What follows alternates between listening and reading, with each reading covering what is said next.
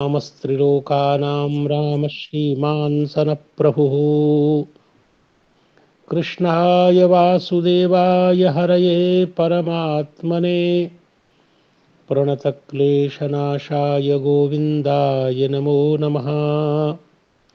यो ब्रह्मरुद्र शुकनारदभीष्ममुख्यैः आलक्षितो न सहसा पुरुषस्य तस्य सद्यो वशीकरणचूर्णमनन्तशक्तिं तं राधिकाचरणरेणुमनुस्मरामि। माधवं पद्मयोनिं च नारदं वादरायणं शुकं सूतं च गोकर्णं मद्गुरुं च नमाम्यहम्। सीतानाथसमारम्भां रामानन्दार्यमध्यमाम् अस्मदाचार्यपर्यन्तां वन्दे गुरुपरम्पराम्। वाञ्छाकल्पतरुभ्यश्च कृपासिन्धुभ्य एव च पतितानां पावनेभ्यो वैष्णवेभ्यो नमो नमः। अकारण करुणावरुणालय निखिल हेय प्रत्यनीक कल्याणैकतान स्वेतर समस्त वस्तु विलक्षण परमात्मा भगवान श्री राधा मुकुंद की अपार करुणा एवं हम सब लोगों के असंख्य पूर्व जन्मों में समुपार्जित पुण्यों के प्राबल्य से मानव जीवन की सबसे बड़ी उपलब्धि भगवद यशोगान एवं श्रवण का सुअवसर हम लोग प्राप्त कर रहे हैं।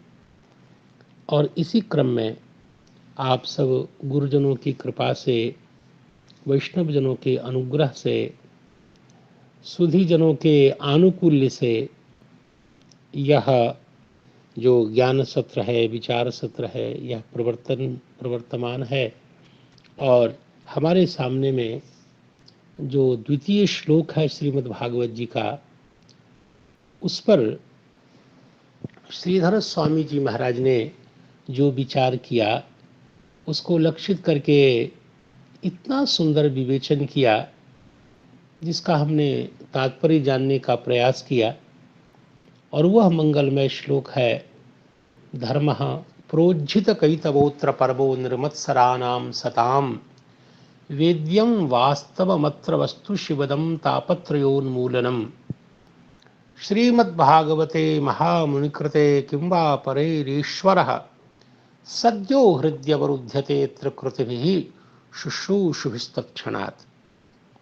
इस श्लोक पर श्रीधर स्वामी जी ने यह बताया कि कैसे यह जो श्रीमद् भागवत महापुराण है वह अन्य शास्त्रों की अपेक्षा विलक्षण है, सब प्रकार से अत्यंत उन्नत है, श्रेष्ठ है। अब इसी श्लोक को लक्षित करके श्री विश्वनाथ चक्रवर्ती पाद सारार्थ दर्शनी नाम की टीका में लिखते हैं कि जब हमने ये निश्चय कर लिया कि श्री भागवत जी जो हैं वो शास्त्र हैं और शास्त्र होने के कारण यह शासन का साधन होने के कारण आखिर शासन कैसे करेगा कोई भी शास्त्र, तो वह दो प्रकार से शास्त्र प्रवृत्त होता है। शास्त्र का मतलब अनुशासन करने वाला, और हित और अहित के रूप में अनुशासन करता है। हित का प्रदर्शन करता है और अहित का प्रदर्शन शास्त्र करता है। हित में प्रवृत्ति के लिए और अहित से निवृत्ति के लिए अहित का भी अनुशासन उतना ही आवश्यक है जितना हित का अनुशासन, क्योंकि जिससे हम निवृत्त होंगे आखिर उसका भी तो ज्ञान होना चाहिए। जैसे भाष्यकार ने विचार किया ना कि पुत्र का नाम कैसा होना चाहिए, तो कहा कृतम कुर्यान्न तद्धितम, का पुत्र का नाम कृदंत हो और तद्धितांत न हो। तो कहा आप इतने ही कह देते कि कृदंत होना चाहिए, तद्धित नहीं होना चाहिए, ये कहने की क्या जरूरी है। कहा जैसे विधि का ज्ञान आवश्यक है वैसे निवृत्ति के लिए निषेधक ज्ञान भी आवश्यक है। कृदंत करे और तद्धितांत बिल्कुल न करे।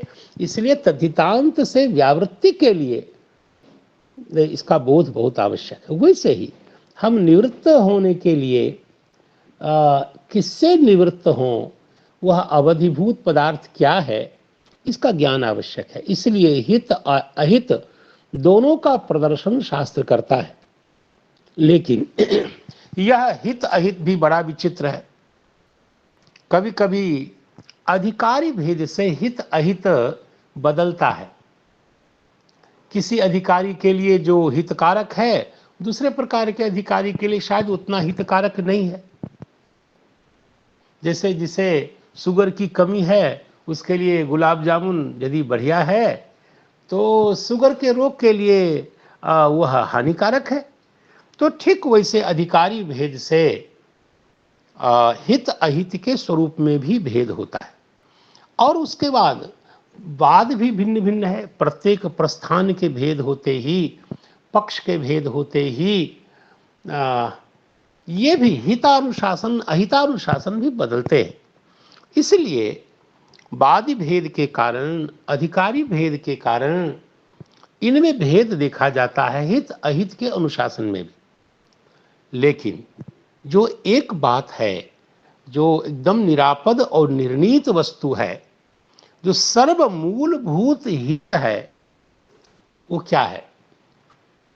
जब शास्त्र अपने आप में एक सर्व मूलभूत हित का निश्चय करके आपको उपलब्ध नहीं कराता है, तो हमें एक ऐसा शास्त्र चाहिए जो सर्व मूलभूत हित का अनुशासन करे।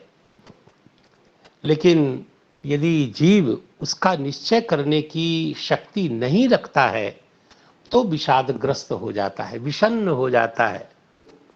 और ऐसे विषादग्रस्त श्रोताओं के लिए अपने सर्व मूलभूत हित का निश्चय नहीं कर पाने के कारण, उसमें असामर्थ्य होने के कारण, तब कह रहे हैं कि उन सकल श्रोताओं को जो विषादग्रस्त हैं, विषन्न हैं, तो उनको आनंदित करते हुए भगवान बादरायण इस श्लोक का अवतरण करा रहे हैं कि आप लोग चिंता मत करिए, मैं कोई भ्रांति में नहीं डालने वाला हूँ।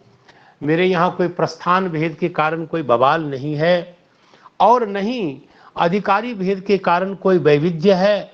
एक ऐसी चीज बता देता हूं जो सभी अधिकारी के लिए, सभी वाद विवाद में सर्वमान्य है और सर्व के लिए सभी अवस्था में हितकारक है, और उन सकल जिज्ञासुओं के लिए, श्रोताओं के लिए आनंदित करते हुए वह एक ऐसे पदार्थ की चर्चा करते हैं, ऐसे पदार्थ की बात करते हैं जो सार का भी सार है, जो सार पदार्थ है। और ये कहते हैं कि अस्मादेव, इसी दिव्य ग्रंथ से, श्रीमद् भागवत जी से उसकी प्राप्ति होती है। पहली बात तो ये अस्मादेव प्राप्तो भवति, इसी शास्त्र से वह परम सार, और परम सार और क्या रहेगा? भगवान का प्रेम ही परम सार है। तो भगवान का प्रेम जो सार है, तो उसकी प्राप्ति होती है इसी ग्रंथ से। और ऐसा नहीं कि ग्रंथ के किसी एक भाग से, लिखा है कि सर्वतोपि अस्मादेव, सर्वांशेन, किसी प्रकरण विशेष से, किसी अध्याय विशेष से प्रेम की प्राप्ति होती हो, ऐसा नहीं है। ये आमूलतः, मूल से लेकर अंतिम तक जिस परम तत्व की प्रतिष्ठा है, वह परम सार जो इसका मूल पदार्थ है, वह कहा सर्वतोपि सारः, अर्थात सारस्यापि सारः, और सर्वतोपि अस्मात् एव, अस्मादेव, सर्वस्मादेव अस्मात् एव, और वह जो सार है, वह पदार्थ सर्वैरेव प्राप्तो भवति, अर्थात उसमें अधिकारी भेद नहीं है। क्या बात है! भगवान का नाम, रूप, लीला, धाम, ये यानी भगवान, भगवान ऐसे तत्व हैं, भगवान का प्रेम ऐसा तत्व है जिसमें कोई लाइसेंस नहीं, किसी की अधिकारिता की बात नहीं है। जैसे भगवान में सबका अधिकार है, वैसे भगवान के प्रेम में भी सबका अधिकार है। सर्वे प्रपत्तेरधिकारिणो बताह। यज्ञ में तो शितकृष्ण और अपत्यवान पुत्र प्राप्त वाला पुरुष ही यज्ञ में अधिकृत होगा, और अधिकार विचार होता है। ज्ञान में भी अधिकार विचार है, कर्म में भी यज्ञ आदि में अधिकार विचार है। लेकिन भगवान का प्रेम तत्व ऐसा है जो सकल शास्त्रों का निस्संद सार है और सर्वैरेव प्राप्तो भवति, उसमें सबका अधिकार है। भक्ति ही सर्वाधिकारा। तो इस प्रकार कहते हैं, इसी अर्थ विशेष को बताने के लिए इस श्लोक का अवतरण हुआ है, ये श्री विश्वनाथ चक्रवर्ती पाद कहना चाहते हैं। और उसमें कहते धर्म प्रोज्झित प्रोज्झित कैतवोत्र परमो निर्मत्सराणाम सताम वेद्यम वास्तवमत्र वस्तु शिवदम तापत्रयोन्मूलनम श्रीमद्भागवते महामुनिकृते किंवा परेरीश्वरः सद्यो हृदयवरुध्यते त्रिकृतिभिः शुश्रूषित तत्क्षणात्। इसमें जो चरम पद है, चरम जो चरण है, वहीं से विषय का आरंभ करते हैं और कहते हैं अत्र श्रीमती भागवते। देखो यहां भी श्रीमद् भागवतम, श्रीमद् भागवतम, तो अत्र श्रीमती भागवते, इस श्रीमान भागवत में ईश्वरः जो सद्यो हृदय अवरुध्यते त्रिकृतिभिः शुश्रूषिभिः, तो ईश्वरः हृदय अवरुध्यते, उसमें ईश्वर पदवाच्य क्या है? तो कहा ईश्वर पदवाच्य श्री कृष्ण है। कहा क्यों, और भगवान क्यों नहीं ईश्वर पदवाच्य है? कहा भागवत जो जिसके लिए 10 लक्षण की बात की जाती है, महापुराण के 10 लक्षण, और भागवत भी 10 लक्षण से अन्वित है, तो इसमें 9 तो लक्षण है और एक लक्ष्य है जो आश्रयभूत तत्व है। और जब इस संपूर्ण ग्रंथ के आश्रयभूत परम लक्ष्यभूत भगवान नंदनंदन श्री कृष्णचंद्र हैं, तो यहाँ ईश्वर पद के द्वारा अन्य किसी भगवान के स्वरूप का व्यपदेश बिल्कुल नहीं है। इसलिए साफ साफ निर्भ्रांति पूर्वक कहते हैं कि ईश्वरः आश्रय तत्वम श्री कृष्ण, ईश्वर श्री कृष्ण ही है यहाँ। ऐसे इस विषय में तो कुछ भी विचार हो, हमें कोई ज्यादा मतलब नहीं है। हमारे सिद्धांत में तो ईश्वर भगवान ही हैं, श्री हरि ही ईश्वर हैं। और ये ईश्वरत्व कोई भंडारा नहीं है कि जिस किसी को लेकर के पवा दिया जाए, आओ भंडारा है, आओ पालो भैया। अन्यत्र सर्वत्र ये उपचारतः प्रयोग होता है। भगवान के कतिपय गुणलेश के संसर्ग के कारण, जैसे पटो दग्धः ग्रामो दग्धः इत्यादि में एक देश में भी तद्व्यपदेश देखा जाता है, वैसे भगवदीय भगवान के गुण का लेश पाते ही भगवत पद का उपचार होता है, और भगवान श्री हरि को छोड़कर और कोई नहीं। ये है तो मेरी जो बुद्धि गुरुजनों के चरणों में बैठकर मैं जो समझ पाया हूँ वो आपको बता रहा हूँ। और इसके लिए यहाँ बहुत अच्छे उसमें कहते हैं कि भगवान कृष्ण ही ईश्वर क्यों है, तो कहा आश्रय तत्व होने के कारण, ये हेतु के समान है। ईश्वरः आश्रय तत्वम, और आश्रय तत्व कौन है? श्री कृष्ण है। इसलिए स एवा, ऐसे जो भगवान कृष्ण हैं वह अवरुध्यते, इस ग्रंथ में, इस ग्रंथ से वह हृदय में अवरुद्ध हो जाते हैं। तो अवरुध्यते का अर्थ किया वशीक्रियते। यह ऐसे भी रुधिर है, वह आवरणार्थक धातु है, रोधन रुणद्धि, और इसके कर्मणि प्रयोग है, और कर्मीभूत तो भगवान है, तो भगवान स्वयं अवरुद्ध हो जाते हैं। कहा ठीक है, और अवरुद्धते का मतलब वशीक्रियते। आगे कहते हैं कि श्री कृष्ण वशीक्रियते, तो किसके द्वारा, कैसे लोग भगवान को वश में कर लेते हैं? तो कहा कृति भी निर्मत्सर ही, जो निर्मत्सर हैं, जो साधु संत हैं, जो मत्सर दोष से रहित हैं, और कृति भी जो अत्यंत पुण्यात्मा हैं उनके द्वारा, और जो मत्सर रहित हैं ऐसे लोगों के द्वारा। तो ऐसा कह के वो कह रहे हैं कि एतत् पद्योक्त लक्षणाधिकारी भी, अधिकारी जनों के द्वारा जो भगवान हृदय में अवरुद्ध कर लिए जाते हैं। और कहा कि ठीक है, एक तो कृति हो गया अधिकारी, निर्मत्सर हो गया अधिकारी। इस पद्य में जिसके लक्षण का निर्देश किया गया, इस पद्य में उक्त लक्षण वाले अधिकारी के द्वारा भगवान हृदय में अवरुद्ध कर लिए जाते हैं, लेकिन किस साधन से? तो एक तो साधन के रूप में भागवत जी हैं, भागवत जी में तो कहते ठीक है, भागवत जी का और भगवान के हृदय में अधिकारी के मध्य में किस प्रकार का संबंध होगा, भागवत का किस रूप में उपयोग होगा कि अधिकारी अपने हृदय में भगवान को अवरुद्ध कर लेगा? तो कहा श्रवणादि भी, यानी अधिकारी और भागवत जी के मध्य में जो मध्य में एक द्वार होगा, जो व्यापार होगा, वो किस रूप में होगा? तो का श्रवण आदि के द्वारा सद्यः एव हृदय अवरुध्यते। श्रीमद् भागवत जी, हाँ, किन्हीं को कुछ कहना हो तो बता दीजिए।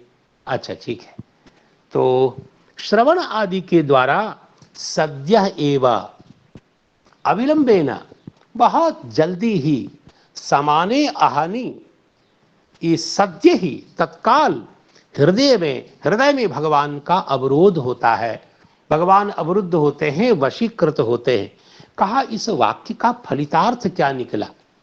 भागवत जी के प्रधान तत्व भगवान कृष्ण अधिकारी श्रोताओं के द्वारा श्रवण आदि किए जाने पर हृदय में अवरुद्ध हो जाते हैं। इस वाक्य का आशय क्या निकला? का आशय ये निकला, जैसे पूर्व देश वियोग और उत्तर देश के संयोग से मध्य में कुछ हुआ, ये पता लगता है। वियोग और संयोग के द्वारा मध्य में कुछ हुआ, ये पता लगता है। क्या हुआ? क्योंकि व्यापार को आचार्यों ने व्यापार का प्रत्यक्ष नहीं होता है, ऐसा कुछ लोग कहते हैं। यद्यपि पश्चिम मृगो धावती में विचार किया, धावन क्रिया को प्रत्यक्ष का विषय बनाया, लेकिन सही बात है, कुछ लोगों ने कहा कि क्रिया तो अमूर्त होती है, क्रियाश्रय दिखता है, जाता हुआ राम कृष्ण तो दिखता है, लेकिन क्रिया किसको कहते हैं ये नहीं। ये तो केवल पूर्व देश का वियोग और उत्तर देश का संयोग प्रतीत होता है, तो मध्य में कुछ न कुछ हुआ, ऐसा पता लगता है। ठीक वैसे ही इस क्रिया के द्वारा इससे क्या पता लगा? इस वाक्य के द्वारा कहा, इस वाक्य से एक अद्भुत अर्थ सूचित हुआ, वो भगवान का प्रेम।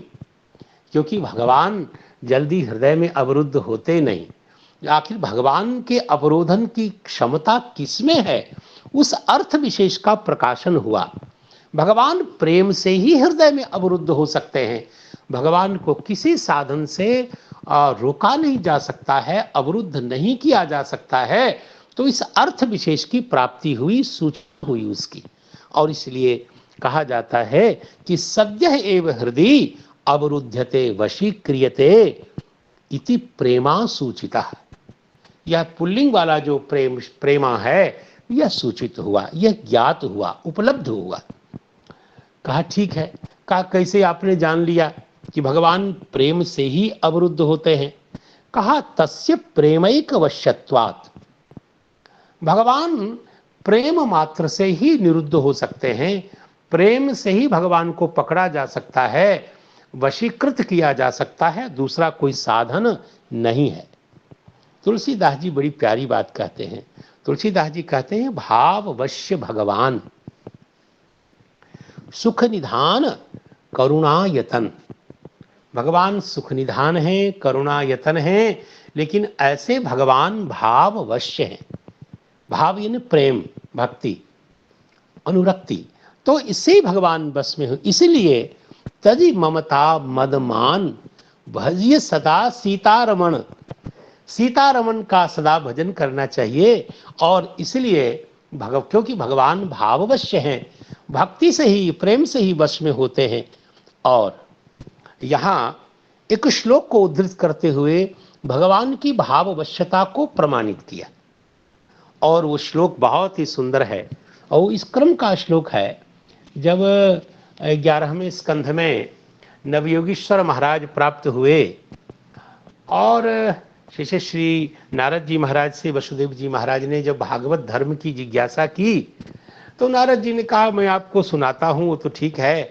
इसी क्रम में मैं आपको एक निमि और नवयोगीश्वर के संवाद की बात बता देता हूँ।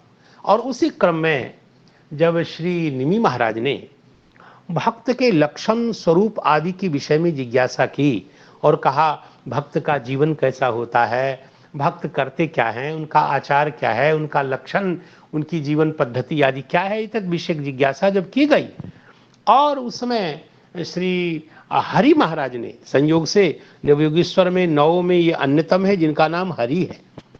प्रबुद्ध पिपलायन आविर्होत्र द्रुमिल चमस आदि हैं, इनमें हरि हैं। तो हरि महाराज ने कहा मैं बताता हूँ। तो उन्होंने भक्तों के का वर्गीकरण किया।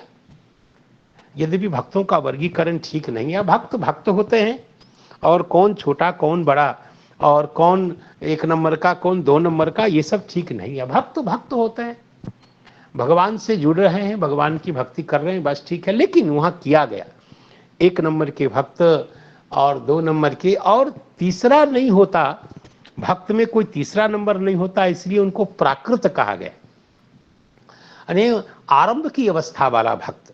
और इसी क्रम में एक निरूपण करते करते एक बहुत सुंदर श्लोक जो आया है और वो है विसृजति हृदयम न तस्य यस्य साक्षात् हरिः अवशाभिहितः अपि अघौघनाशः प्रणयरशनया धृतांघ्रि पद्मः स भवति भागवत प्रधान उक्तः। यद्यपि इस श्लोक को श्री विश्वनाथ चक्रवर्ती पाद महाराज ने यहाँ उद्धृत किया है कि कैसे भगवान प्रणय की रचना से, रज्जु से धृतांघ्रि पद्म हो जाते हैं और भक्त अपने प्रणय प्रीति की रस्सी से भगवान के चरण कमल को बांध लेता है और भगवान बद्ध हो जाते हैं। इसी अंश विशेष के लिए उस श्लोक को उद्धृत किया, जो पूरा श्लोक इस प्रकार है कि विसृजति हृदयम न यस्य, वह परम वह भागवत प्रधान कहा जाता है जो क्या करता है, यस्य हृदयम हरि ही न विसृजति, जिसके हृदय को भगवान हरि छोड़ते ही नहीं है। कहा क्यों नहीं छोड़ते हैं, तो कहा अवशाभिहितः।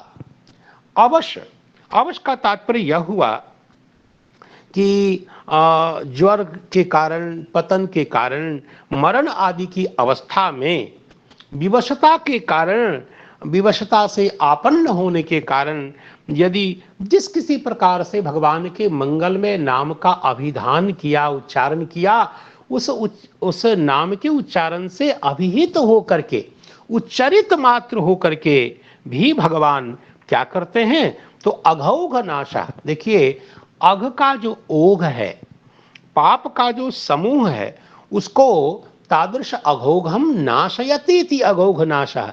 ये कुंभकारः के समान ये भगवान का ही नाम है, हरि है ये, अघोघ नाशः हरि ही।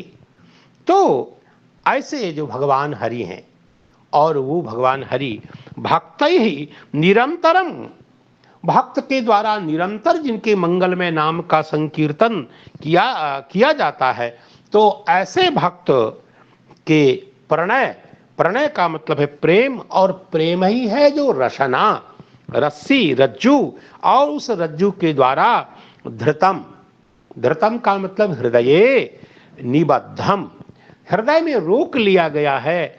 भक्त ने अपने प्रणय रचना से बांध दिया है। किसको? कहा अंघ्रि पद्मम, श्री भगवान के चरण कमल को बांध दिया है।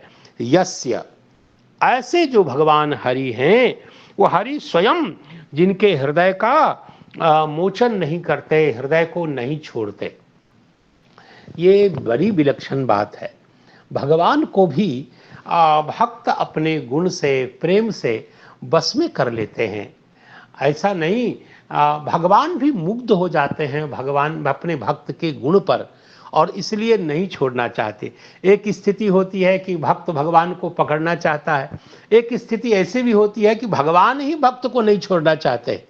तो ऐसी स्थिति वाला जो भक्त होता है, जो जिनके हृदय को भगवान ही नहीं छोड़ते, तो सही में स भवति भागवत प्रधान उक्तः, वही भागवत प्रधान कहा जाता है। कहा ठीक है। देखिए, भागवत प्रधान का एक अर्थ तो हम लोग समझते हैं, आपाततः प्रतीत होता है कि भाई भागवतों में प्रधान, और भागवत का मतलब है भगवान एक यस्य। तो ऐसे जो भागवत है, तो भागवत भागवतों में प्रधान है।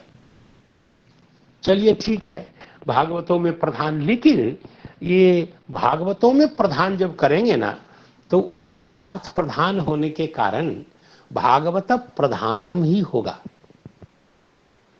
क्योंकि प्रधान शब्द नपुंसक लिंग है। आप लोग तो पंडित लोग हैं, मैं क्या बाल चापल्य कर रहा हूं, ये ही नपुंसक लिंग है। आप जो वैयाकरण है वो जानते हैं, एक कारिका प्रसिद्ध है, फल व्यापारयोर धातु, फल व्यापारयो धातु आश्रय तो तिंग स्मृता। धातु के दो अर्थ है, फल और व्यापार। उसी में कहा फले प्रधानम व्यापार। यदि व्यापार की हिसाब से यदि प्रधान की लिंग व्यवस्था हो तो प्रधान बनना चाहिए, लेकिन प्रधानम व्यापार यह निर्देश बताता है कि प्रधान नपुंसक लिंग है, और यत्र तत्र इसका प्रयोग लिंगानुशासन में आदि हुआ है। लेकिन यहाँ जो प्रधान का प्रयोग है, स भवति भागवत प्रधान उक्ता, तो यहाँ एक अर्थ यह भी, भागवतम एव प्रधानम यस्य, जिसकी दृष्टि में भागवत यह जो दिव्य ग्रंथ प्रधान है, यह भी ऐसा एक अर्थ विशेष चमत्कार जनक आप कर सकते हैं। तो जिसके जीवन में भागवत को ही प्रधान साधन मानकर, साध्य मानकर जो जीता है, भागवत के आश्रय से जीता है, वो भागवत प्रधान है। चले, यह अर्थ तो अपने मन से कुछ कह दिया गया, लेकिन यहाँ इस संपूर्ण श्लोक को ध्यान में रख करके श्री विश्वनाथ चक्रवर्ती पाद ने इसको उद्धृत किया और कहा कि प्रणय रसनया धृतांघ्रि पद्महा। दूसरी बात है, इसके बाद एक और उदाहरण देते हैं, एक और निर्देश करते हैं भागवत जी का ही, नरोधयति माम योगा। यह भी श्रीमद् भागवत जी का पद्य है, और ये इस संदर्भ में है कि जब श्री भगवान उद्धव जी को बता रहे हैं कि देखो उद्धव जी, मैं परम स्वतंत्र हूं और किसी भी साधन की ताकत नहीं है कि मुझको रोक ले। नरोधयति माम योगः, न योग मुझको रोक सकता है, न सांख्य रोक सकता है, न धर्म रोक सकता है, न स्वाध्याय रोक सकता है, तपस्या और त्याग नहीं रोक सकता है, इष्टापूर्त भी मुझको नहीं रोक सकता है, दक्षिणा नहीं रोक सकती है, व्रत यज्ञ और छंदांसी, छंद वेद भी अर्थात रहस्य विद्या भी मुझे नहीं रोक सकती है, तीर्थ नियम यम नहीं रोक सकते हैं, लेकिन जैसा मुझे ये सत्संग रोक पाता है और कोई नहीं रोक पाता है। इन यथा बुरुंधे सत्संगः, ये सत्संगः यथा बुरुंधे, सत्संग जैसा मुझे रोक लेता है। कहा क्यों? तो ही के द्वारा मानो हेतु बता रहे हैं कि सर्वसंगापः, क्योंकि वह सर्वसंगापः है। सत्संग जो होता है सर्वसंग दूर करने वाला होता है, इसलिए सत्संग के सामर्थ्य को बताते हुए भगवान कहते हैं कि अन्य साधनों से मैं अवरुद्ध तो नहीं होता, लेकिन सत्संग से होता हूं। इसका तात्पर्य यह हुआ कि यथा सत्संगः माम अवरुंधे वशी करोति तथा योगादिकम नरोधयति न वशी करोति। यहां भी आप देखिए कि अन्य संग का जो निवर्तक ये सत्संग है, यह उसके प्रभाव को बताया भगवान ने, और कहा योग, ये जो आसन प्राणायाम धारणा ध्यान आदि के रूप में प्रथित जो योग है, ये योग भी नहीं रोक पाता। यह जो तत्व का जो विवेक है, यह जो, ये बेचारा क्या रोकेगा। धर्म चाहे सामान्य धर्म जो कि परम धर्म हमारा मूल उद्देश्यभूत है, तो यहाँ धर्म पद से सामान्य धर्म का ही ग्रहण करेंगे। परोपकार आदि जो धर्म है वह रोक नहीं पाता। स्वाध्याय यह जो वेदाध्ययन है यह भी नहीं रोक पाता। जो कृच्छ आदि जो तप है यह भी नहीं रोक पाता। और इसी प्रकार यहाँ न्यास पद से संन्यास का ग्रहण किया आचार्यों ने, संन्यास भी नहीं रोक पाता। इष्ट और पूर्त, देखिए इष्ट कहते हैं वैदिक ये यज धातु से बनने वाला इष्ट है, अग्निहोत्र आदि जो यज्ञ है याग है वो। और इसी प्रकार पूर्त जो यह जो कूप आराम आदि का निर्माण जो लोक के कल्याण के लिए परोपकार के लिए करते हैं यह पूर्त है। देखिए यहाँ व्याकरण शास्त्र से यहाँ आत्व होता है, इष्ट और पूर्त दो ही है, लेकिन कहा जाता है इष्टापूर्त। तो ये दोनों ही मुझे ये नहीं रोक पाते हैं। स्मार्त जो कर्म है दक्षिणा शब्द से जो विवक्षित है, जो दान आदि कोई नहीं रोक पाता है। इसी प्रकार व्रत, यहाँ तो टीकाकार ने लिखा कि एकादशी, एकादशी भगवान की विभूति है यद्यपि, लेकिन फिर भी भगवान कहते हैं कोई भी व्रत एकादशी आदि उपवास आदि यह मुझे नहीं रोक पाता। और यह जो यज्ञ है देव पूजा, यह जो रहस्य मंत्र है, यह तीर्थ नियम शौचादि और अहिंसा आदि आदि जो यम है नियम है, ये सब मुझे नहीं रोक पाते। और मुझे यदि रोक पाता है तो वह क्या है, कहते हैं कि मुझे रोकने की क्षमता सत्संग में है। भगवान ने इस प्रकार निर्देश किया, क्योंकि सत्संग जो है वह अन्य संग निवर्तक है और मेरी जो कथा है वह मुझे रोक पाती है। ऐसा मानो श्रीधर स्वामी सीताराम श्री विश्वनाथ चक्रवर्ती पाद ने अपनी टीका में इस श्लोक को कोट करते हुए और सत्संग के द्वारा भगवान का के वशीकरण को प्रमाणित किया। और आदि पद है, आदि पद से आप एक श्लोक और को ले सकते हैं। ये तो त्वदीय चरणाम्बुज कोश गंधम जिघ्रंति कर्ण विवरै श्रुतिवातनीतम भक्त्या गृहीत चरणः परया च तेषाम नापैषि नाथ हृदयामरुहात् स्वपुंसा। ये श्री ब्रह्मा जी महाराज ने भगवान की स्तुति करते हुए बहुत सुंदर श्लोक है। इसमें साहित्यिक छटा बहुत है। साहित्यिकता ये है कि जिघ्रंति कर्ण विवरैहि, तो ये कान से सूंघते हैं, ये अंश बड़ा विचित्र है। कान से सुनने की बात तो कही जाती है, लेकिन घ्राणन की बात जो कान में कही गई ये अपने आप में एक वक्रोक्ति है। किसी कथन को बड़ी बड़ी विलक्षणता से प्रस्तुत करना, ये निश्चित रूप से कथन की जो वक्रोक्ति है, एक विलक्षण ढंग से प्रस्तुति के कारण एक अद्भुतता यहाँ आई है, जो साहित्यिक वैशिष्ट्य भी है। अस्तु, तो ये तो त्वदीय चरणाम्बुज कोश गंधम, आपके चरणारविंद के कोश का जो दिव्य सौरभ है वो कान से ही सूंघते हैं। कहा कान से कैसे सूंघते हैं भाई? तो कहा ऐसे कि श्री भगवान के चरण कमल के पास श्रुति ने नाम वेद की हवा ने मानो एक ऐसा दिव्य सौरभ प्रसारित किया, उस दिव्य सौरभ को श्रुतिवात नीतम अभक्त्या गृहीत, तो उसको कान से सूंघा जाता है। यानी भगवान की कथा में ऐसा कुछ आमोद होता है जिससे भगवान के चरण का सौरभ ही भी गृहीत होता है। तो हम इसका और विवेचन न करके मूल जो हमारा विवक्षित अंश है वो है भक्त्या गृहीत चरणः परया, परया भक्त्या गृहीत चरणः। ब्रह्मा जी कहते हैं प्रभु आप हैं तो नाथ, सबके स्वामी हैं, लेकिन यहाँ आपकी स्वामिता चलती नहीं है। भक्त के सामने आपका मानो ऐश्वर्य कुंठित सा हो जाता है, भक्त के सामने ही, अन्यत्र नहीं। तो हे नाथ हृदयाम्बुरुहात् स्वपुंसाम नापैषि, आप नाथ हैं, सर्वसमर्थ हैं, तो भी अपने भक्त के हृदय कमल को छोड़कर आप नापैषि अलग नहीं हो पाते।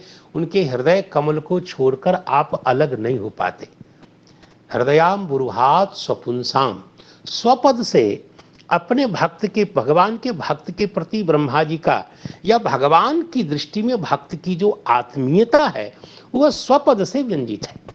क्योंकि वह आपका आत्मीय है, इसलिए आप उसके प्रति आप प्रेम होना स्वाभाविक है। तो स्वपुंसाम अपने जो आश्रित भक्त जन हैं और त्वदेक जीवन है जो भक्त, ऐसे ऐसे भक्तों के हृदय कमल से आप अलग नहीं हो पाते हो महाराज। कहा नापैशी, तो कहा परया भक्त्या गृहीत चरण। भक्त्या ही नहीं, अर्थात भक्ति का मतलब साधन भक्ति नहीं, साध्य भक्ति जो प्रेमा भक्ति है उसके कारण, इसलिए पर पद बहुत सार्थक है। भक्त्या परया भक्त्या गृहीत चरण, वो आपके चरण कमल को अर्थात गृहीत चरणों यस्य, जिनके चरण कमल को पकड़ लिया गया है, ऐसे भगवान आप अलग नहीं हो पाते। देखिए यहाँ जो हृदयाम बुरूह कहा गया, हृदय को जो कमल कहा गया, इससे आप भगवान में भ्रमरत्व आरोपित कर सकते हैं। भक्त का हृदय यदि कमल है तो हृदय में रति होने के कारण, प्रीति का निवास होने के कारण उस कमल में ऐसा सौरभ होता है, प्रेम का ऐसा कुछ आमोद होता है कि भ्रमर के समान भगवान उस हृदय कमल के सौष्ठव सौरस्य को सौगंध को छोड़ नहीं पाते हैं। ये अर्थ विशेष प्रकाशित होता है। तो और भ्रमर और कमल का ऐसा कुछ है कि प्रयत्न शतेनापि, आप उसको लाख डांटिए, समझाइए, भगाइए, तो भी वो भ्रमर छोड़ नहीं पाता है उस कमल के आमोद को। इसलिए भगवान में भ्रमरत्व आरोपित होता है हृदयाम्बुरुह, अम्बुरुह कहने से। तो नापैशिनाथ हृदयाम्बुरुहात् स्वपुंसा। और यही बात जैसे भगवान कहते हैं मत भक्तिम लभते पराम, तो वहां भी पराम भक्तिम लभते से जो विवक्षित है, यहां भी वैसी ही कुछ भक्ति विवक्षित है। तो आदि पद से हम इसका परामर्श कर सकते हैं।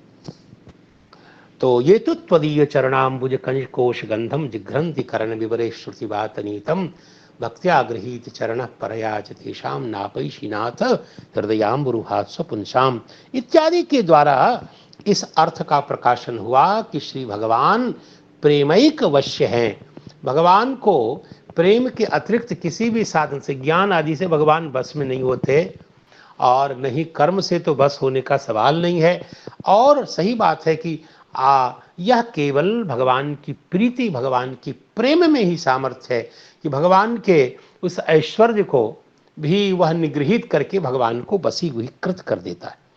तो इस अर्थ का प्रकाश। ततश्च, उससे क्या हुआ? ततश्च मतलब उसके कारण। तत्क्षणादेव शुश्रूषुभिः इति, श्रवण की इच्छा करने वाले जो शुश्रूषु हैं उनके द्वारा तत्क्षणादेव, तत्क्षणात में जो पंचमी है उस पंचमी का स्वारस्य बता रहे हैं। ये पंचमी वो पंचमी नहीं है जिसको सहसा लोग समझते हैं, ग्रामात आगच्छति वाली पंचमी नहीं है, वह पंचम्यंत नहीं है, अपितु यहाँ ल्यवलोपे कर्मण्यधिकरणे वाली पंचमी है। श्री विश्वनाथ चक्रवर्ती पाद महाराज कहना चाहते हैं, और वो कहते हैं तत्क्षणम आरभ्य, उसी सेकेंड से, उसी क्षण से, तत्क्षणम आरभ्य इति तत्क्षणात्। जैसे श्वशुरम वीक्ष्य जिहरेति, श्वशुरात जिहरेति में जैसे पंचमी है, ठीक वैसे यहाँ कर्म में पंचमी, तत्क्षणम आरभ्य इति तत्क्षणात्, ऐसा कह रहे हैं। और इसका फलितार्थ बता रहे हैं। इस प्रकार हम ल्यवलोप पंचमी को स्वीकार करते हैं तो अर्थ विशेष क्या प्रकट हुआ? अर्थ ये प्रकट हुआ कि तेषाम श्रवणेच्छा च भवेत, ऐसे भक्तों के हृदय में श्रवण की इच्छा हो जाए।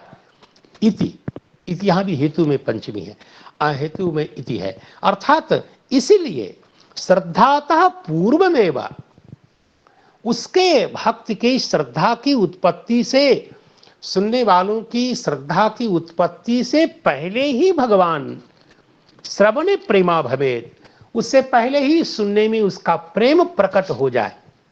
अर्थात श्रद्धा की उत्पत्ति से पहले ही श्रवण में ही प्रेम उत्पन्न हो जाए, इसलिए भगवान क्या करते हैं, उसके हृदय में अवरुद्ध हो जाते हैं।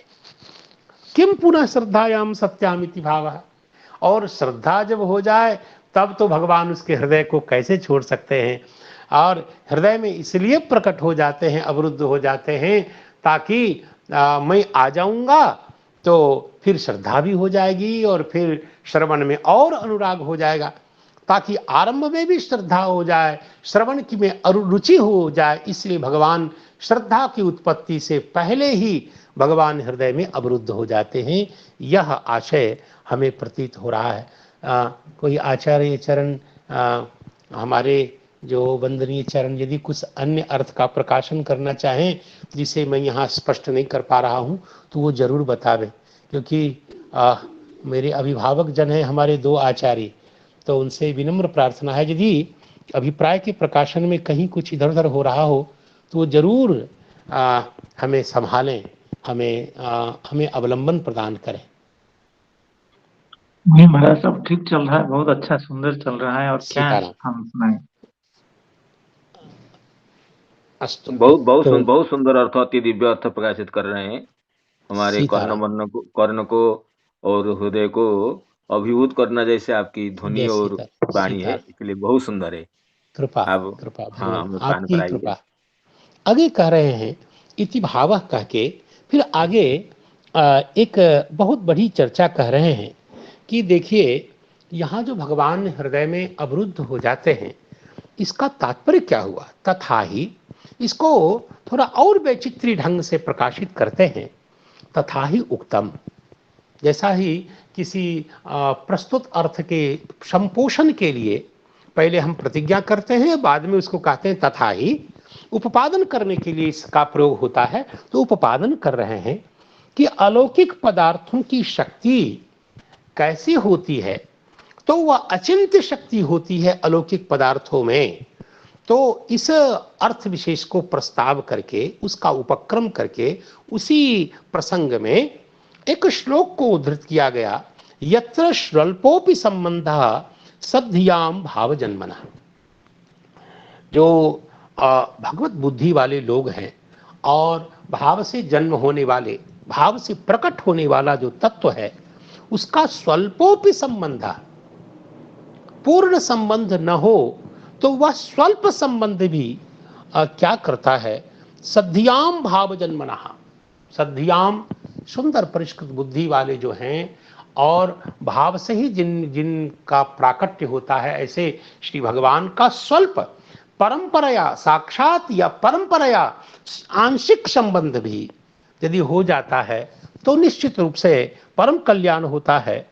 और कैसा अद्भुत लाभ उसके जीवन में होता है। ये श्लोक कहाँ का है ये मुझे ज्ञात नहीं हुआ, यदि आप लोग बताने की कृपा करें तो मुझे थोड़ा अवलंबन मिलेगा। प्रायः भक्ति रसामृत सिंधु का श्लोक है इसे, रूपगोस्वामी में प्रणीत भक्ति रसामृत सिंधु का श्लोक ये स्मरण प्राय आता है। हाँ, तो ये उस श्लोक वहां का है और ये यही तात्पर्य है कि स्वल्प संबंध, इसे भगवान गीता जी में कहते हैं ना, स्वल्प मप्यस्य धर्मस्य त्रायतो महतो भयात्, त्रायते महतो भयात्। वैसे ही जिस किसी प्रकार से स्वल्प संबंध भी, जैसे भगवान के नाम के महात्म्य में कहा जाता है ना, मंत्रोयम रसनास्पृगेव फलति, श्री राम नामात्मक। भगवान का मंगल में जो नाम है वो ऐसा नहीं कि उसका अर्थ चिंतन करें प्रेम से भाव से, ये सब तो अचिंत्य अर्थ को प्रकाशित करता है, महात्म को प्रकाशित करता है। केवल रसना से टच मात्र हो जाए, स्पर्श मात्र हो जाए तो भगवान का मंगल में नाम अनंत कल्याण को फलित करता है, फल देने लग जाता है। ठीक वैसे ही जिस किसी प्रकार से स्वल्प संबंध भी हो जाए तो भक्ति के साथ, भगवान के साथ निश्चित ही। तो अब इस अर्थ को बता करके कहते हैं कि देखिए सामान्यतः जीव की धन्यता, जीव के द्वारा परम पुरुषार्थ लाभ तो यही है कि मन में, देखिए कहते हैं कि ईश्वरे मनः स्थिरीक्रियेत, स्थिरीक्रियते, मन में ईश्वर में मन लग जाए, मन का ईश्वर तक जाना, मन यथा कथनचित भी ईश्वर से लग जाए। तस्मात् केनापि उपायेन मनः कृष्णे निवेशयेत्, इसका अनुसंधान करिए। मन जिस किसी प्रकार से भगवान में लग जुड़ता है तो वह निश्चित रूप से तावन मात्र से उसे परम पुरुषार्थ इसी को कहते हैं। यह जीवन की, जीव की धन्यता है। यहाँ तो बड़ी विचित्र बात है, यहाँ मन भगवान में स्थिर करने की बात नहीं कही जा रही है। यहाँ अत्र तो श्रीमद् भागवत जी की विलक्षणता तो तू पद के द्वारा विशेष रूप से प्रकाशित है कि अत्र तु श्रीमद् भागवत की विशेषता तो यह है कि यहाँ ईश्वरो मनसि अवरुध्यते, यहाँ मन को भगवान तक नहीं ले जाया जाता है, अरे भगवान ही मन में फंस जाते हैं।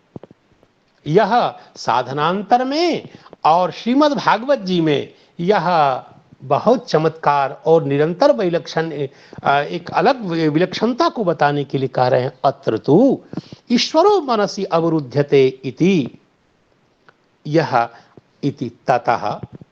और ईश्वर की क्या दशा हो जाती है जब ऐसे भागवती कथा कोई स्निग्ध भक्तजन सुनते हैं, उनके हृदय में जब भगवान फंस जाते हैं तो क्या उस समय भगवान का जो भागने वाला जो सामर्थ्य है वो सब कुंठित हो जाता है। ततः उसके बाद उस जिससे तन निर्गमना सामर्थ्यम, वहां से भगवान निर्गमन निकल नहीं पाते, भगवान की निर्गमन का असामर्थ्य अर्थात भगवान निकल नहीं पाते।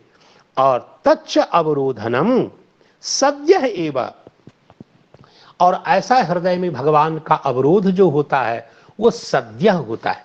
सद्य का मतलब श्रवण करते ही, बाद में बहुत विचार के बाद नहीं, श्रद्धा के प्राकट्य के बाद नहीं, पहले ही भगवान अवरुद्ध हो जाते हैं। बिना भी श्रद्धया, श्रद्धा के बिना भी भगवान का अवरोध होता है। इति और इस प्रकार, ऐसा कहने से, इस प्रकार के निरूपण से प्राप्त क्या हुआ, अर्थ विशेष क्या अधिगत हुआ। अर्थ ये प्राप्त हुआ कि यह जो श्रीमद् भागवत जी हैं यह एक महाविद्या है, काफी महाविद्या, काफी महाविद्या। और वह उस महाविद्या का नाम आप दे सकते हैं श्री कृष्णाकर्षणी यम महाविद्या। इस प्रकार श्रीमद् भागवत जी को जो कहते हैं वेदावतार है और वेद का जो वेद रूपी कल्प वृक्ष का फल है, ये सब कितना छोटा यहाँ लग रहा है। ऐसा लग रहा है यह वो महाविद्या है कि भगवान के आकर्षण करने की विद्या।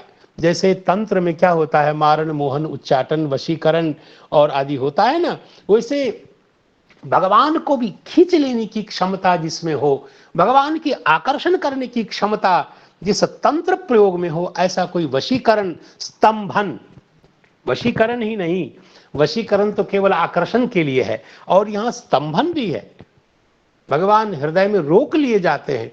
इसलिए वशीकरण और स्तंभन दो प्रकार का जादू यहाँ ये चला देने की, ये भागवत जी साधारण नहीं, ये तो जादू है सही में। ऐसा श्री विश्वनाथ चक्रवर्ती पाद कहते हैं। अद्भुत एक तांत्रिक प्रयोग है, मानो एक ऐसी विद्या है जैसे जो विद्या के साधक लोग हैं, काली तारा महाविद्या शोरी भुवनेश्वरी, तो वहाँ बगलामुखी आदि जो विद्या हैं उसमें बहुत चमत्कार बताया जाता है, अद्भुत चमत्कार। लेकिन श्री विश्वनाथ चक्रवर्ती पाद कहते हैं हमारा ये दिव्य भागवत महापुराण जो है, यह तो एक ऐसी दिव्य विद्या है जिससे भगवान श्री कृष्ण का आकर्षण होता है, स्तंभन होता है, खींचा जा सकता, भगवान जो खींचे जाते हैं और रोक लिए जाते हृदय में, ऐसी ये दिव्य विद्या है। इति गम्यते इति प्रतीयते, इस विवेचन से इस प्रकार की स्थापना होती है, प्रतीति होती है। देखिए, मैं कुछ निवेदन करना चाहता था, वो ये है, तभी तो आचार्य लोग कहते हैं कि बंधनानि खलु संति बहूनि प्रेम रज्जु कृत बंधन मन्यत। यह प्रेम का ही ऐसा कुछ चमत्कार है। बंधन तो अनेक प्रकार के माने जाते हैं, लेकिन प्रेम रज्जु का जो बंधन होता है वो बड़ा विचित्र होता है। दारु भेद निपुणोपी षडंगरी, भ्रमर जो लकड़ी को छेदन करके बाहर आने की क्षमता रखता है, लकड़ी को भी छेद कर देता है ऐसा जो भ्रमर, लेकिन जब वो पंकज कोश में अवरुद्ध हो जाता है तो उससे छेद कर बाहर नहीं आ पाता, उसमें फंस जाता है। वैसे ही यह प्रेम तत्व जो ऐसा है, इससे श्री भगवान हृदय रूपी कारागृह में बंद हो जाते हैं। कारागृह शब्द का प्रयोग कर दिया, जैसे किसी को जेल में बंद कर दिया जाता है, तो वैसे मानो भगवान हृदय रूपी गुफा में बंद हो जाते हैं, अवरुद्ध हो जाते हैं। तो यहाँ एक और निवेदन मैं करना चाहता हूँ, वो ये है, अत्र यह जो भगवान सीताराम, ये जो एक प्रसंग मुझे सहसा याद आ गया, वो ये है कि जैसे यह जो भगवान का आकर्षण करने वाली विद्या है, ये तो है ही, भक्त लोग आकृष्ट होते हैं, इसमें क्या आश्चर्य है। आपको मैं एक थोड़े अवान्तर अप्रसक्त जो प्रसंगतः प्राप्त नहीं है, थोड़ी 1-2 मिनट उसकी चर्चा करता हूँ। देखिए, हनुमान जी महाराज के विषय में आप सब जानते हैं, जब श्री लक्ष्मण जी महाराज जब मेघनाद के बाण से आहत हुए, मूर्छित हो गए, और भगवान की वहाँ ऐसी लीला हुई, भगवान करुण विलाप करने लगे। उस करुण विलाप को सुन करके हनुमान जी बड़े चिंतित हो गए। हनुमान जी ने तो यहाँ तक कह दिया कि भगवान, मैं कैसा सेवक, यदि आपके को दुखी हो जाएं और आपके मन को आह्लादित मैं नहीं कर सकूं, तो मेरी दासता का मतलब क्या हुआ? दासता तो कलंकित हो जाएगी। आप कहें तो मैं ये सूर्य के उदित होने की बात है, मैं सूर्य को निगल जाता हूं, ये तो हम देखा हुआ है सब कार्यक्रम।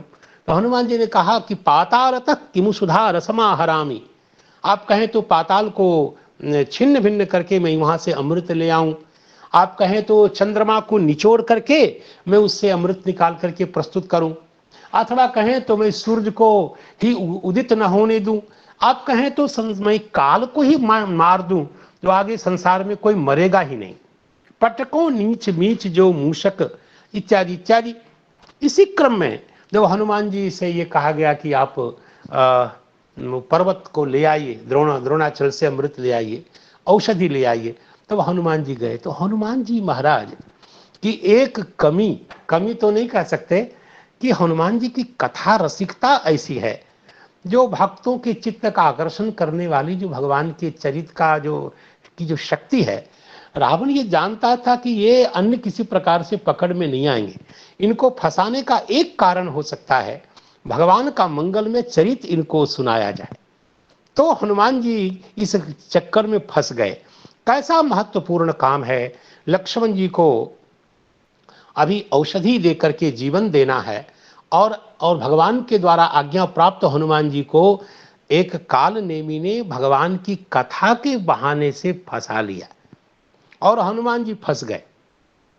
हनुमान जी को कोई लड्डू से फंसाना चाहता है, वो बहुत होशियार नहीं है। हनुमान जी को फंसाने की, उनको अवरुद्ध करने की इच्छा हो तो हनुमान जी को भगवान की कथा सुनावे, भगवान का चरित्र सुनावे। भर्तृ भगवत कथाम, ऐसा कह के इसका संकेत श्रीमद् भागवत जी में है। तो यह भक्त के हृदय की आकर्षणी नहीं है, भक्त के हृदय तो आकृष्ट है ही, भगवान के भी हृदय को आकृष्ट करने की क्षमता ये दिव्य पुराण में है, ऐसा संकेत है। और आगे कहते हैं, अत्र कृतिभिः इति सद्य इति पदाभ्याम अकृतिभिस्तु असद्यः किंचित विलंबे नेति लभ्यते। देखिए, इस श्लोक की विशेषता यह है कि यहाँ तिल तिल एक एक पद के एक एक अंश से अनेक अनेक विच्छित्तियां अर्थ का प्रकाशन कर रहे हैं श्री विश्वनाथ चक्रवर्ती पाद। देखिए, वो ये है, कहते हैं कि इस श्लोक में कृतिभी का प्रयोग किया, सद्यः इसका प्रयोग किया, और इन दोनों पदों के कारण ऐसा अर्थ प्राप्त हुआ कि कृति को तो सद्यः भगवान कृति के हृदय में अवरुद्ध हो जाते हैं, लेकिन जो अकृति हैं, जो पुण्यात्मा नहीं है, उनके लिए भी जो कथा, उनके लिए असद्यः किंचित विलंबेन, उनके हृदय में भी भगवान प्रकट होते हैं। अंतर इतना है कि उनको थोड़ा विलंब से, और जो कृति हैं उनको विलंब से। तो यह थोड़ा फलभेद दिखाया। काश कृति भी और सद्यः इन दोनों पदों के प्रयोग से जो अकृति हैं उनको थोड़ा विलंब से, असद्यः का अर्थ ये नहीं कि किंचित विलंब से भगवान प्रकट होते हैं, यही भेद थोड़ा लब्ध हुआ। और आगे कहते हैं, यद्यपि अधिकार तो सबका अधिकार है, सर्वाधिकार है भगवान की कथा में। आगे कहते हैं कि दोनों प्रकार के अधिकारी हैं, ये कैसे ज्ञात हुआ? कहा कि पिबत भागवतम रसमालयम मुहुरहो रसिका भुवि भावुका, में भावुका पद का प्रयोग हुआ है, और संसारिणाम करुणया पुराण गुह्यम तम व्यास सोनुमुपयामि गुरु मुनीनाम इत्यादि में संसारी के ऊपर करुणा करके जिन्होंने गुह्य पुराण को प्रकट किया, ऐसे भगवान शुकाचार्य को प्रणाम। तो यहाँ संसारी को भी उद्दिष्ट करके उनके प्रति करुणा के कारण कथा के श्रवण की बात कही गई। तो संसारी और भावुक दोनों को लक्षित करके कथा का उपदेश, कथा का निर्देश होने से दोनों प्रकार के ही श्रोता हो सकते हैं।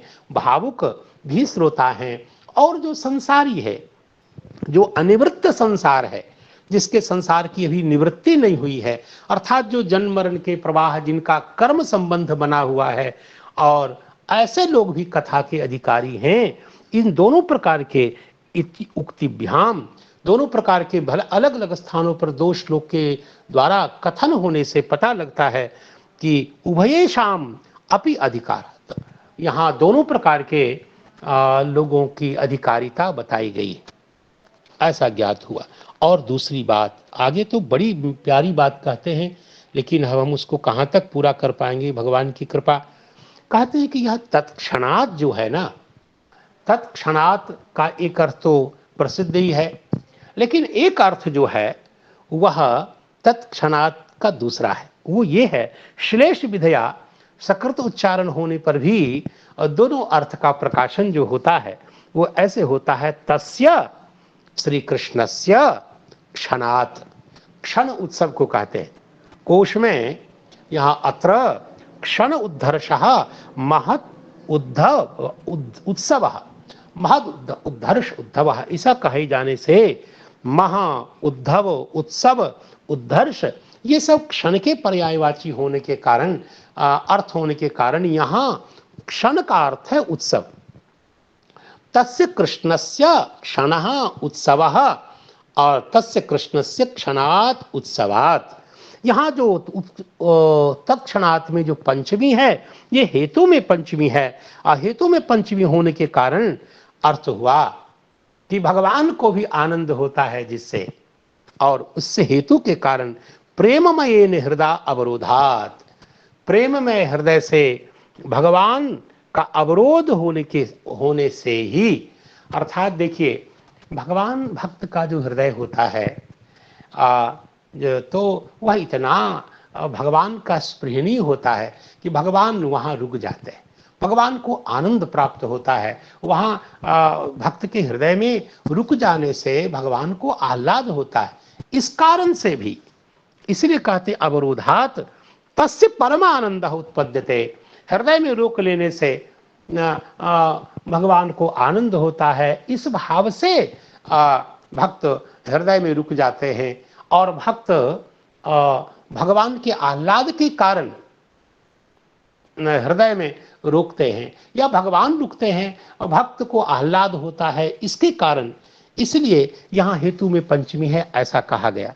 इससे एक अर्थ विशेष का भी प्रकाशन हुआ कि तत्सुख सुखित्व, यह जो नारद भक्ति सूत्र में जो प्रेम का लक्षण बताया कि प्रेम का मतलब है तत्सुख सुखित्व, भगवान के सुख में ही अपना सुख, स्वतंत्र रूप से अपना कोई सुख नहीं है, अपने सुख का संकल्प विकल्प भक्त को नहीं होता, भगवान के सुख में ही अपना सुख हो, यही प्रेम का स्वरूप है।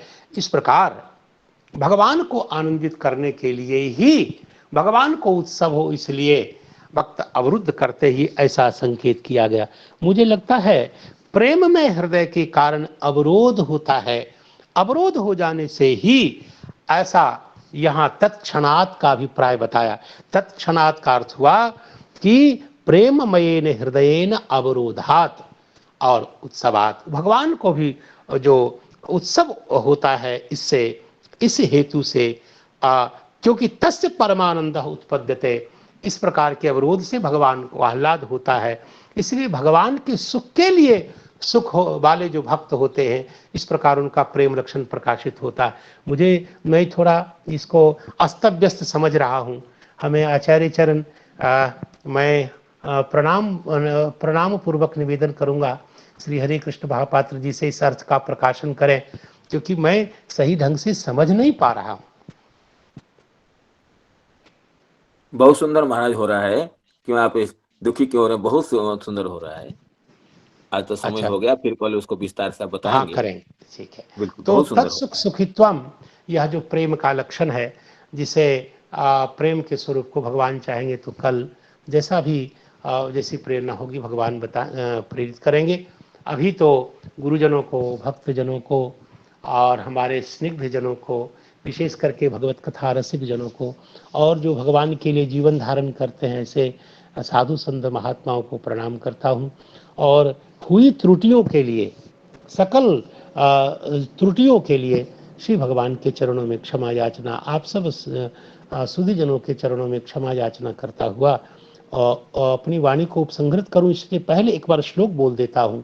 और वो श्लोक है, सीताराम सीताराम, वह श्लोक है, धर्म प्रोज्झित कैतवोत्र परमो निर्मत्सराणाम सताम वेद्यम वास्तवमत्र वस्तु शिवदम तापत्रयोन्मूलनम श्रीमद्भागवते महामुनिकृते किंबा परेरीश्वर सद्यो हृदयवरुध्यते त्रिकृतिभिः शुश्रूषुभिस्तत्क्षणात्। और सकल अपराध के लिए क्षमा याचना करता हुआ हरे कृष्णा कृष्ण कृष्ण हरे हरे, हरे राम राम राम हरे हरे।